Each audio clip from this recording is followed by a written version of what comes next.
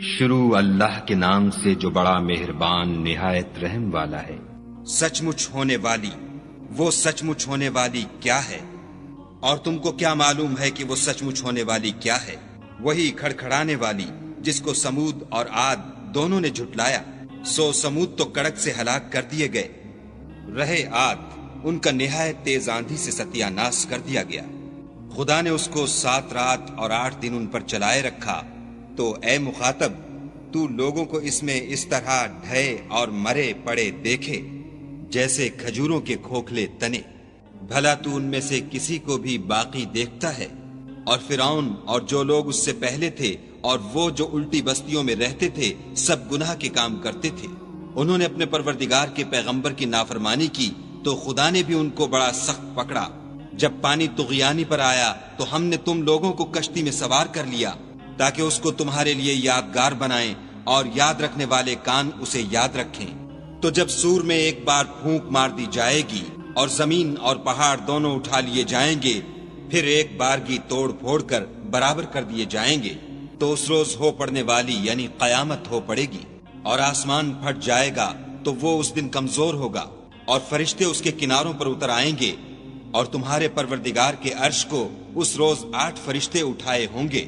اس روز تم سب لوگوں کے سامنے پیش کیے جاؤ گے اور تمہاری کوئی پوشیدہ بات چھپی نہ رہے گی۔ تو جس کا اعمال نامہ اس کے داہنے ہاتھ میں دیا جائے گا وہ دوسروں سے کہے گا کہ لیجئے میرا نامہ اعمال پڑھیے، مجھے یقین تھا کہ مجھ کو میرا حساب کتاب ضرور ملے گا۔ پس وہ شخص من مانے عیش میں ہوگا، یعنی اونچے اونچے محلوں کے باغ میں جن کے میوے جھکے ہوئے ہوں گے۔ جو عمل تم ایام گزشتہ میں آگے بھیج چکے ہو اس کے صلے میں مزے سے کھاؤ اور پیو۔ اور جس کا نامہ اعمال اس کے بائیں ہاتھ میں دیا جائے گا وہ کہے گا اے کاش مجھ کو میرا اعمال نامہ نہ دیا جاتا اور مجھے معلوم نہ ہوتا کہ میرا حساب کیا ہے۔ اے کاش موت ابد الآباد کے لیے میرا کام تمام کر چکی ہوتی، آج میرا مال میرے کچھ بھی کام نہ آیا، ہائے میری سلطنت خاک میں مل گئی۔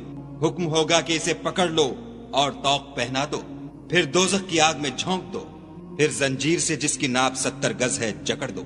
یہ نہ تو خدائے جل شانہ پر ایمان لاتا تھا اور نہ فقیر کے کھانا کھلانے پر آمادہ کرتا تھا، سو آج اس کا بھی یہاں کوئی دوست دار نہیں، اور نہ پیپ کے سوا اس کے لیے کھانا ہے، جس کو گناہ گاروں کے سوا کوئی نہیں کھائے گا۔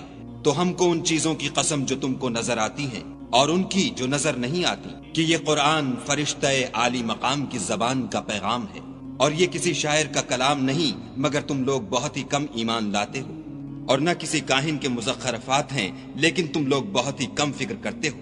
یہ تو پروردگار عالم کا اتارا ہوا ہے۔ اگر یہ پیغمبر ہماری نسبت کوئی بات جھوٹ بنا لاتے تو ہم ان کا داہنا ہاتھ پکڑ لیتے، پھر ان کی رگے گردن کاٹ ڈالتے، پھر تم میں سے کوئی ہمیں اس سے روکنے والا نہ ہوتا۔ اور یہ کتاب تو پرہیزگاروں کے لیے نصیحت ہے، اور ہم جانتے ہیں کہ تم میں سے بعض اس کو جھٹلانے والے ہیں، نیز یہ کافروں کے لیے موجب حسرت ہے، اور کچھ شک نہیں کہ یہ برحق قابل یقین ہے۔ سو تم اپنے پروردگار عز و جل کے نام کی تنزیہ کرتے رہو۔